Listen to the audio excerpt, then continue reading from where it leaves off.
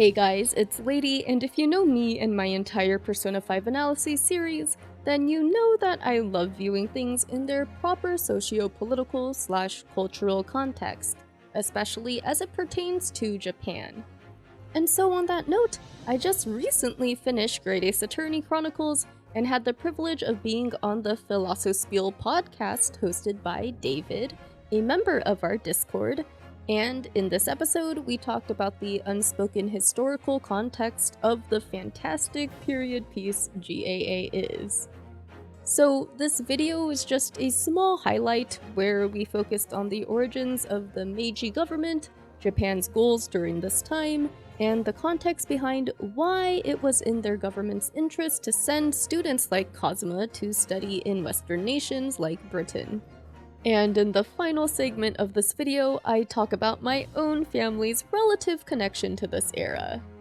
But yeah, I still highly recommend listening to the entire podcast since there's a lot of cool insight that I didn't get to include in this video. Links to the episode on SoundCloud and Spotfiy can be found in the description below. But with that said, let's dive into the causes behind the Meiji Restoration. This whole new Meiji government was very new. It was just officially established in the 1870s. And we're saying that the game is probably set around like the 1890s. Yes. Yeah. Because the second deal that we're going to talk about very soon.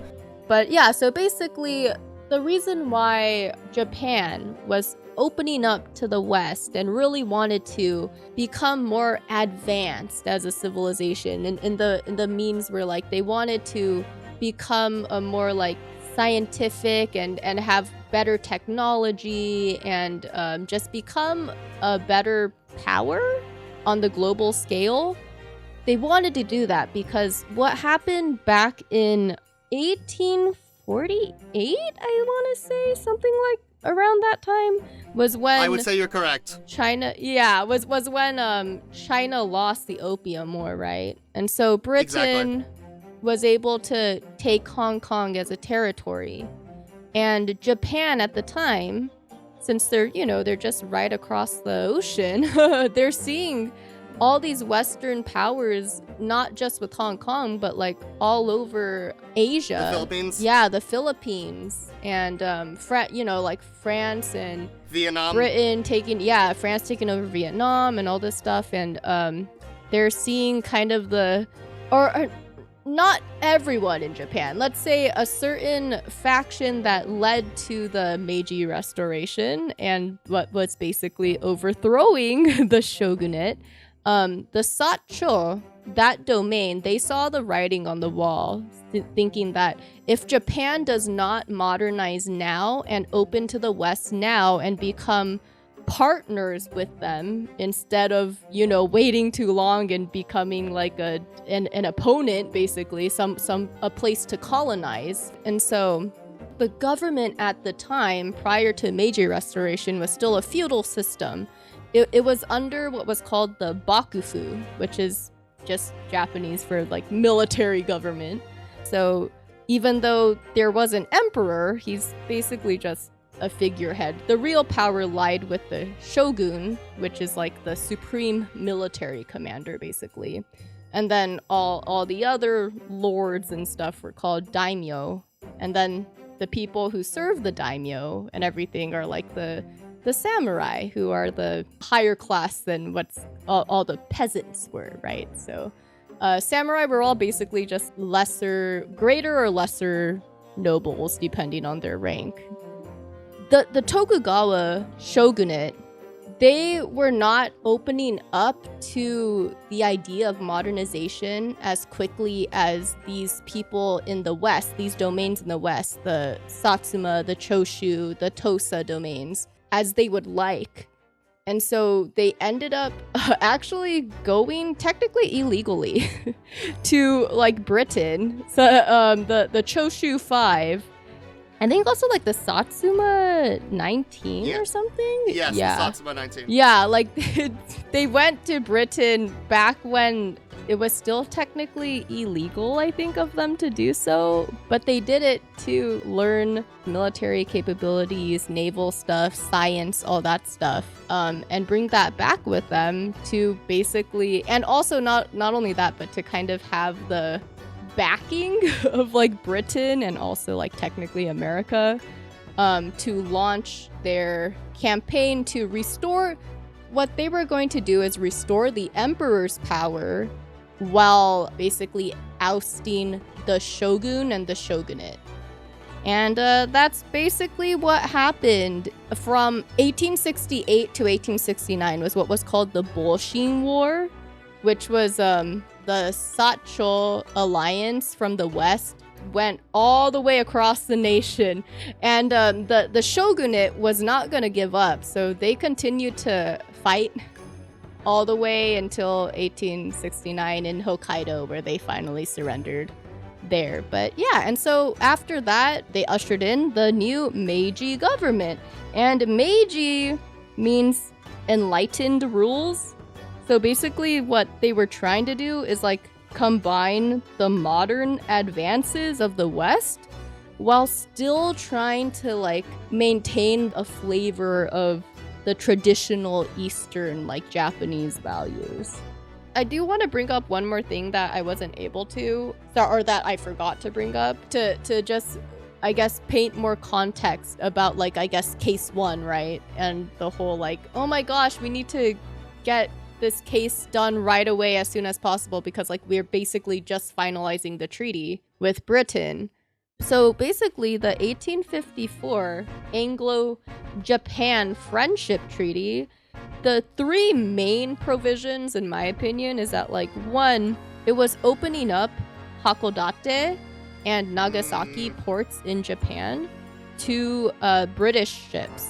And at the time, it was mostly just, like, you know, like Dutch ships, Exactly. Chinese ships and stuff. So the British wanted to have like equal treatment with the Dutch and Chinese in that regards. And then, like, I think in 1858, Japan, this wasn't specifically with only just Britain, but it was with a lot of other Western powers, I think too, is like basically Japan was signing this other treaty into effect of where like a lot of these Western nations were granted this like most favored nation concept, which is called like technically extraterritoriality in international law. And by that, it means basically that like people from other nations are exempt from the jurisdiction of your own local laws, which is clearly a huge breach of like the justice system and stuff, and your own nation's like sovereignty and everything, right? So the 1894 treaty, which was called the Anglo-Japanese Treaty of Commerce and Navigation, this one would bring an end to that thing that they signed in like 58. So it would mean that British citizens, whoever was British on Japanese soil, they would be held accountable to Japanese laws. Exactly. And Yeah. that has big effects for Giselle Brett and Runosuke in the trial, right? Because he's alleged to killed. Yeah, because it definitely doesn't look good if like your two countries just finished negotiating and signing this law, and then you have literally someone from your own country just kill a British like expat. And be like, wait, I know you said you would trust us. We didn't kill Wilson on purpose, and that's why they were so hurriedly trying to clear up the whole like we're gonna get whoever killed Wilson.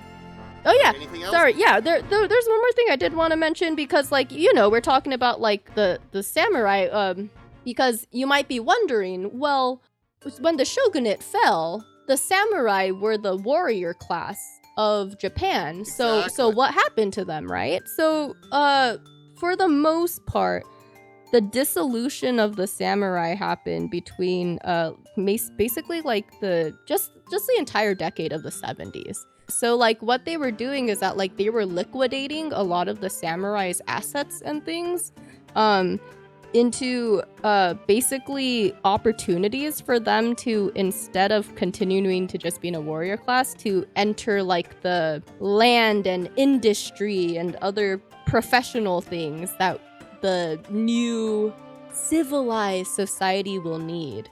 Especially because, like, you know, at the time, the samurai were already higher class with a lot more, like, education. And so they just thought this would be a good fit for all these people who already have a lot of these, like, skills to just go on to train and become, like, the future, like, industry, business, science, politics, all those kinds of people. The interesting thing, too, is that, like, many young samurai became exchange students because they were ambitious, literate, and well-educated.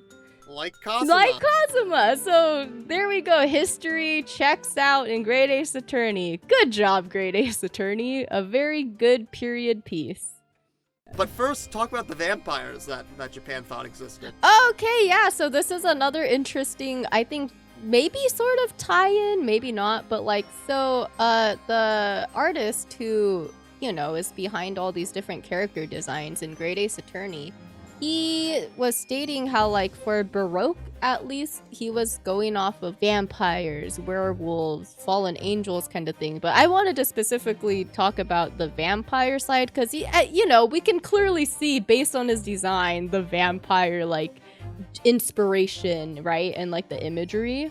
And so the funny thing about back then, during the initial like end of the shogunate era, so like the new Meiji government era, at that time there were clearly a lot of very nationalistic and xenophobic people in the populace in Japan who were very wary of all this new Western influence in their country. And they especially didn't like how the new Meiji government had taken so much help in a way of overthrowing the former shogunate with Western help, like British and American help and stuff like that.